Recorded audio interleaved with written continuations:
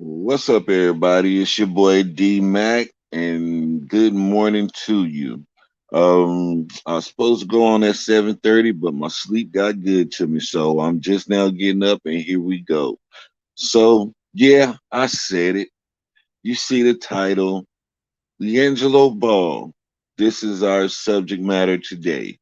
And what I will say about Liangelo Ball is this: Liangelo Ball can become one of the best players in the NBA. Absolutely. He has all of the skills necessary to do so.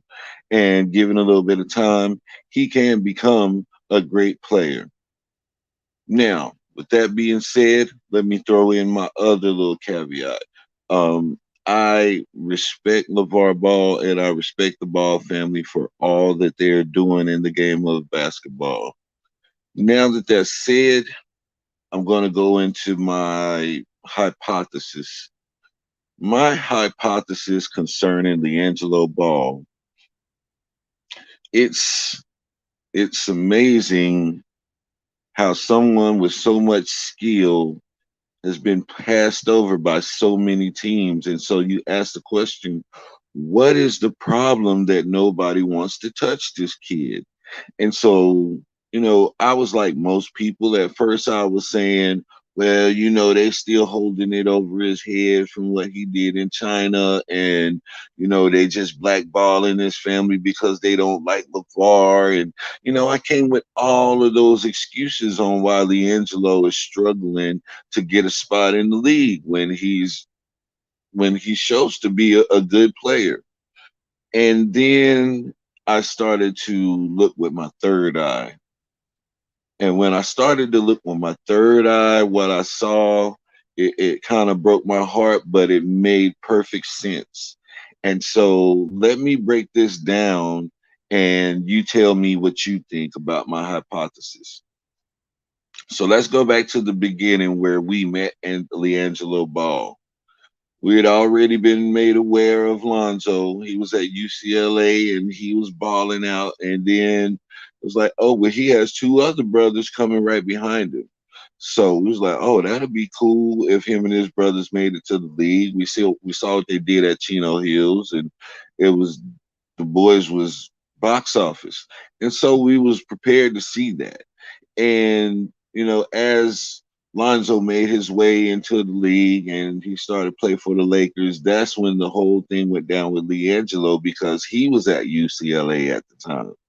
And so when this happened, I saw the clip of LeVar talking to Liangelo and asking him why he did what he did. And Liangelo kept beating around the bush. He wouldn't really give an answer, and it was making LeVar upset. It's like, man, you got to say something. You got to tell me something because you have money. You don't have to do that. Why did you do that? And after much pressuring and prodding, we come to find out that he stole those glasses trying to fit in with the group of guys that were over there because he didn't have his brothers with him and he was just trying to fit in. Okay. So everybody just bypass that. We will just okay, that's nothing major. That's nothing, no problem. But then when he got back here and everything started to go down, he had the issues with UCLA. His dad pulled him out, went to Lithuania, and all of those different things. And it didn't work out in Lithuania for him. Then I believe he was injured for a while and hurt his foot, and things didn't go well overseas for him. So he comes back, and now you have NBA teams who are passing up on him just like he's a cancer or something. And so they'll say nice things about his game and all of that stuff, but ultimately they'll let him go and they'll give you that industry answer. He just didn't fit our program. But what I'm coming to see about Liangelo Ball, and believe me, this hurt my heart, man, but it seems to be the truth, and it's starting to show. It's that Liangelo Ball cannot function without his brothers. He's the middle brother. He's the middle brother. Um, the middle child. I ain't gonna say is always your problem child, but they're going to be your more codependent child. And Liangelo Ball is codependent on his brothers like no other person before. And, in life, I guess that's a bad thing because you really can't function properly on your own. If Liangelo wasn't there in Charlotte with LaMelo, he would be lost unless he went to Chicago with Zoe. But Liangelo Ball by himself cannot hold his own weight. And I'm not talking about on the basketball court. His skills are undeniable on the court. I'm talking about just everyday living, having to do for yourself, being a grown man, making grown up decisions and things like that. Liangelo Ball is impaired in that area. And nobody wants to talk about this because they want to see the Ball family succeed. They want to see Liangelo make it to the league, so all three brothers are there. And some of the longtime fans want to see that Chino Hills connection reconnect again somewhere in the NBA. And so they're pushing very hard for Liangelo to be in the NBA. But it's becoming apparent that Liangelo cannot operate absent his brothers. And this is why none of the teams in the league want to touch Liangelo Ball. And so, this is just my theory. This is just my speculation, my hypothesis, whatever you want to call it. But me looking at it over a long period of time, and now they say hindsight is 2020. So now I look back on it, every single team passed up on Liangelo Ball because if you heard him in an interview, he always say, my brothers. He's always referring back to his brothers. He's always referring back to a support system that he draws from. And without that support system around him, I don't think Liangelo functions very well with other teams by himself. His confidence dies when he's not with his brothers. Um, his I'm not going to speak on his personality or anything like that, but these things are very crucial because if you're going to be a player for a team, you have to be able to think for yourself. You have to be able to speak for yourself. And most importantly, you have to be able to show that you can be the leader of a team. But if your whole life you've been nothing but a follower and you've never had to be in a position of being the leader and being the one to rally the troops and being the one to motivate the team, things like that, Liangelo Ball does not have those qualities. He's sorely lacking in those areas because he never needed to be that voice. LeVar was always that voice of motivation, or Lonzo was always that voice of motivation, but Liangelo was always in a comfortable spot, that middle spot where you really have no other responsibility other than to back up your brothers, support your brothers. That was the only responsibility that Liangelo had. And so now that responsibility has been taken away from him, it seems like he's just kind of lost in space and floating in air and doesn't really grasp the concepts. That's why he's in the G League. It has nothing to do with his shooting ability. We know that he can make the ball go through the hoop pretty much most of the time. That's not the issue. It's the decisions that he's going to make when he's off court. It's the decisions that he is going to make when those hard business decisions have to be made, and he can't call his dad or things like that. This is what I see that is making teams step away from Liangelo Ball. And don't get me wrong, Liangelo's a dope dude. He's a good dude. I don't want to say that he's not an intelligent dude. I'll just say that he's never had any responsibility, and he's never been asked to do a lot of things. And so now he's out here in this world as an adult, and the world is looking for him to exhibit certain attributes, and he just don't have them because those things were never developed, because all of his focus was on playing basketball. But real life scenarios, just far as everyday living, I think they kind of got a back seat to basketball related things. And so there's the unbalance in his whole life. Same thing with Lonzo. Lonzo not as much. Lonzo is kind of suffering that a little bit, but Lonzo has confidence issues, and it seems like that struggle comes from not being around his brothers. But the reason that LaMelo is flourishing is because one, he's the baby of the family, and like they said, all of the things that the other two didn't get, he made sure to impart those things into the third child. And so LaMelo has the confidence to go anywhere, and he's going to be mellow. You know, that's just how he is. And so he's always been, Melo's always had pressure on him because he's always played with bigger and older people, and a lot more has always been expected out of him, even though he was the youngest. Lonzo, all of the pressure was on Zoe because he was the oldest and he had to pave the way and set the example. But there was no responsibility or pressure put on Liangelo because the other two brothers were pretty much paving the way. I mean, you had Lonzo paving the way, you had Liangelo ice skating in behind him, and then you had Lamelo bringing up the rear, just blazing a trail of fire behind him.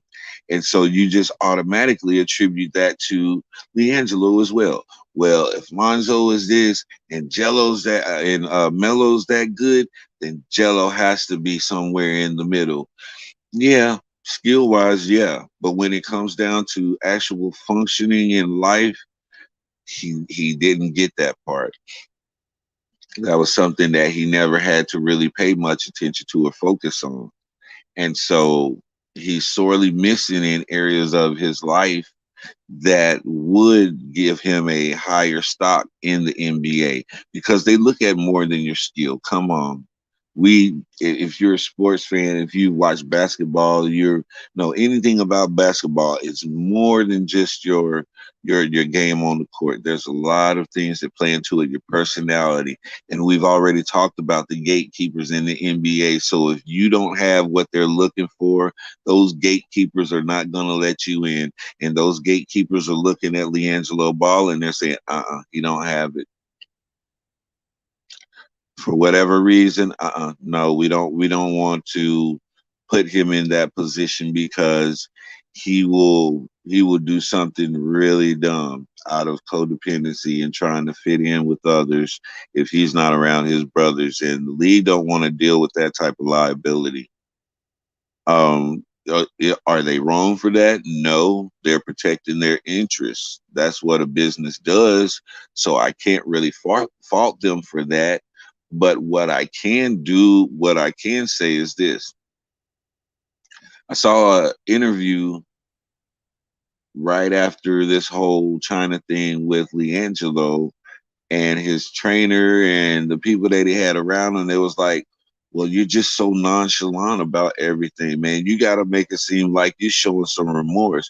You got to put some emphasis in your voice. You got to, and they're trying to instruct him on how to drum up some emotion.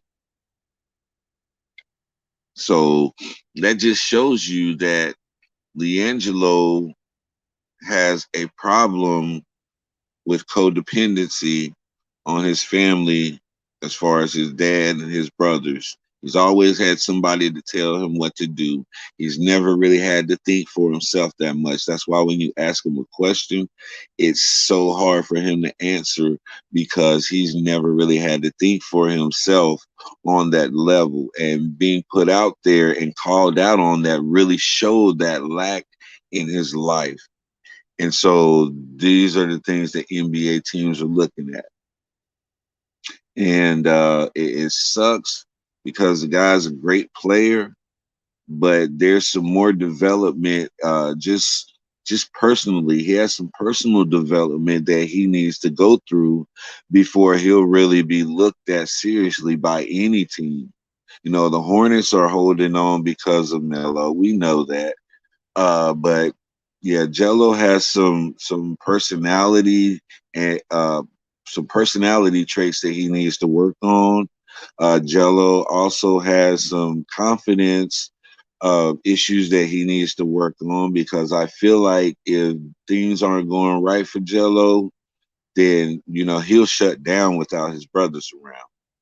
And I think that's what a lot of these coaches are seeing, and that's what's causing them to pass up on him because they don't want to raise somebody else's kid. They don't want to have to be somebody's dad when he's already got a dad. So yeah, man, it hurt my heart to have to say this, man, but this is what I'm seeing. I don't know if anybody else is seeing it, and I don't know why anybody's scared to speak on it.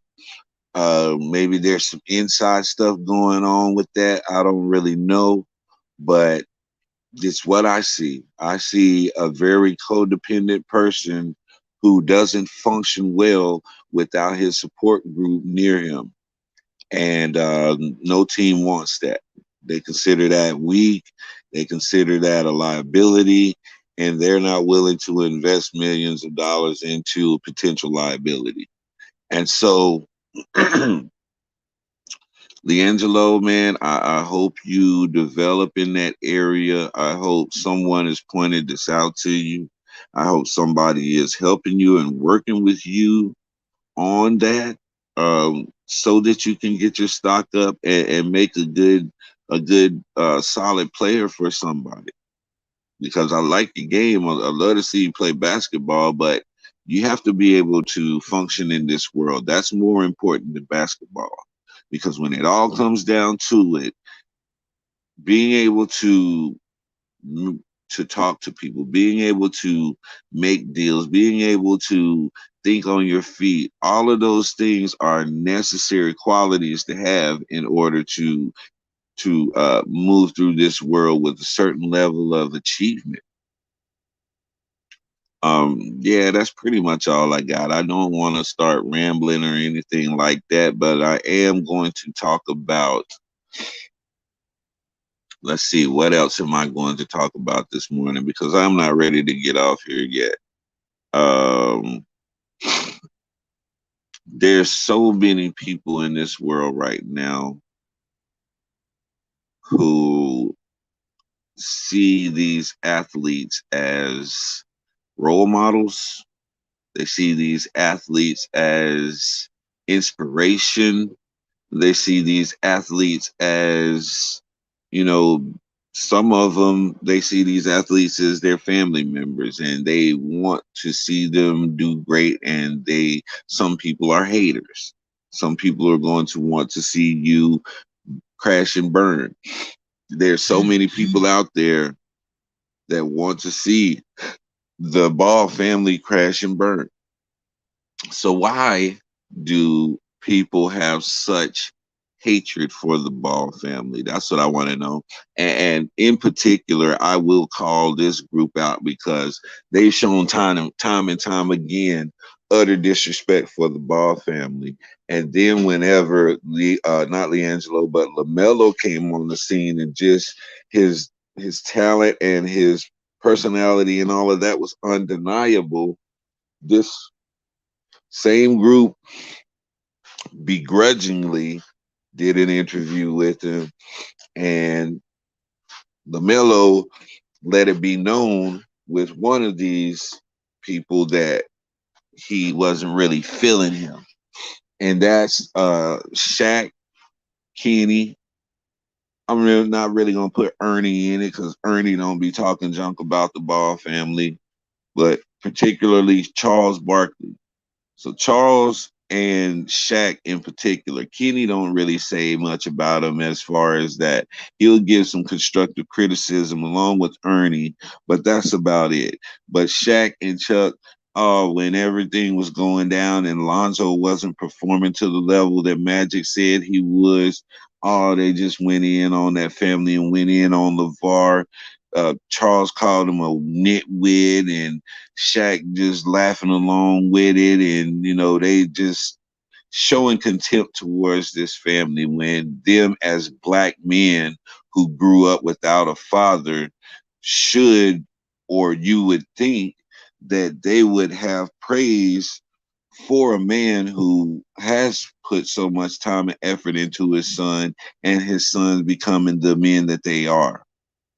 Shaq came into the league with a whole bunch of hype around him. Charles came into the league with a whole bunch of hype around him. And so they know what it is for people to project onto them certain levels of performance and skill and expect so much from them. Shaq knows this. So for him to come at that, well, I ain't even gonna say come at that kid because Shaq don't really say too much, but Shaq don't show no love like he do other players. And so for these guys to disrespect this black family the way that they do, to disrespect this black father, especially Shaq, because his father wasn't there. He did a whole rap song about how his dad wasn't there. His stepdad stepped in and filled that role. And so he should have an appreciation for a biological father who bothered, who's there. That was a line from Shaq's song. He said his stepdad was his father because his biological wouldn't bother. So I used one of his own lines on him. Anybody who knows Shaq music from back in the day probably picked up on that. But anyway, um, but yeah, Shaq of all people should be giving LeVar Ball his roses. Charles, same thing. His dad wasn't in his life. Almost seems to me like these men are jealous because of the strong father that these young boys have. And not only is he involved in their basketball life, he's just involved in their life, period. And he shaped and molded what he had a vision for. And so, you also have other people who say, oh, LeVar is just living vicariously through his son. He's living out his hoop dreams through his sons. Okay, he told you that. He told every person in the world. When I got with my wife Tina, I was looking for a woman who was gonna help me fulfill my vision. 3 boys, 3 killers, 3 basketball monsters. And he told a story. He went out and he found a woman with the build and the mind to be able to create these young children in this family that he had envisioned in his mind. And he got with Tina. He told Tina what his vision was. She was with it, and they began the process of creating that vision. And because they stuck to the plan and they did what was in that man's mind to do, now here we have the Ball family. But people are demonizing that man and trying to turn him into a Joe Jackson or a Chris Jenner or anybody who's really taking advantage of their children. And I can't say that. I can't say that about LeVar Ball because LeVar had money before his sons went into the NBA. LeVar Ball had money before Lonzo made it to the league, before Melo made it to the league. Because the question was asked, and I remember the video, how did LeVar Ball make all his money? And that wasn't to shine a positive light on LeVar. That was them digging for something dirty, and what they came up with, it was like, well, we just got to use what we have. And come to find out that he was a self-made man. and that he played professional sports. He played basketball in college, but he played professional football. And he didn't take his money and go blow it like other professional athletes. Instead, the man took his money, invested in himself and in his vision, and he began to grow. But all of the haters and all of those salty people who wish their dad was in their life that wasn't there, and all those people who dad wasn't shit, are sitting around trying to find something to nitpick at this man about, something to get him to be quiet, something to make him fall, or as they would say, put him in his place. That's what the NBA wants to do, is put LeVar in his place. They want him to be that quiet dad sitting over there on the sidelines with all of the apparel on, waving the little number one finger and smiling in the camera, and that's it. They want to use him as a promotional piece. But LeVar says, no, you're not going to just do or say anything to my sons. If you have a problem with my sons, you have a problem with me. And that's what they hate about him, because he's willing to confront anybody, anybody. And he does not look at them with the respect that a fan does. And that's what makes them angry about LeVar Ball. He sees himself on the same level as Michael Jordan. He sees himself on the same level as Magic and all of the gatekeepers in the NBA who are so respected and so revered by everybody else. LeVar says, who do you think you are that I'm supposed to respect you? Respect me. How about that? Where's the respect that you're supposed to show me? If I'm supposed to give you respect just off the fact of the accomplishments and the achievements that you made in the basketball world, then you need to respect me for the accomplishments that I've achieved in my life, in football, in basketball, with and without my sons. So I deserve the same level of respect for my achievements in life as you do. Just because you make more money does not mean that you have more success. And that's the mindset of LeVar Ball, and they hate it because he's not a fan. He's not a fanatic. He's not kissing their boots. He's not looking at them like they're the greatest thing since sliced bread. And they don't like that. They like reverence. They like for their ego to be stroked. Um, And so, man, it's just such a shame that they're going to take all of that out on an innocent kid named Liangelo Ball, because Liangelo is the weakest of the three brothers. I mean, I'm sorry, Jello. I love you, man. I love the Ball family once again. But once again, I got to tell the truth over, saying what people want to hear. And the truth to me is that Liangelo cannot function on his own. And that's why most teams are stepping away from Liangelo Ball.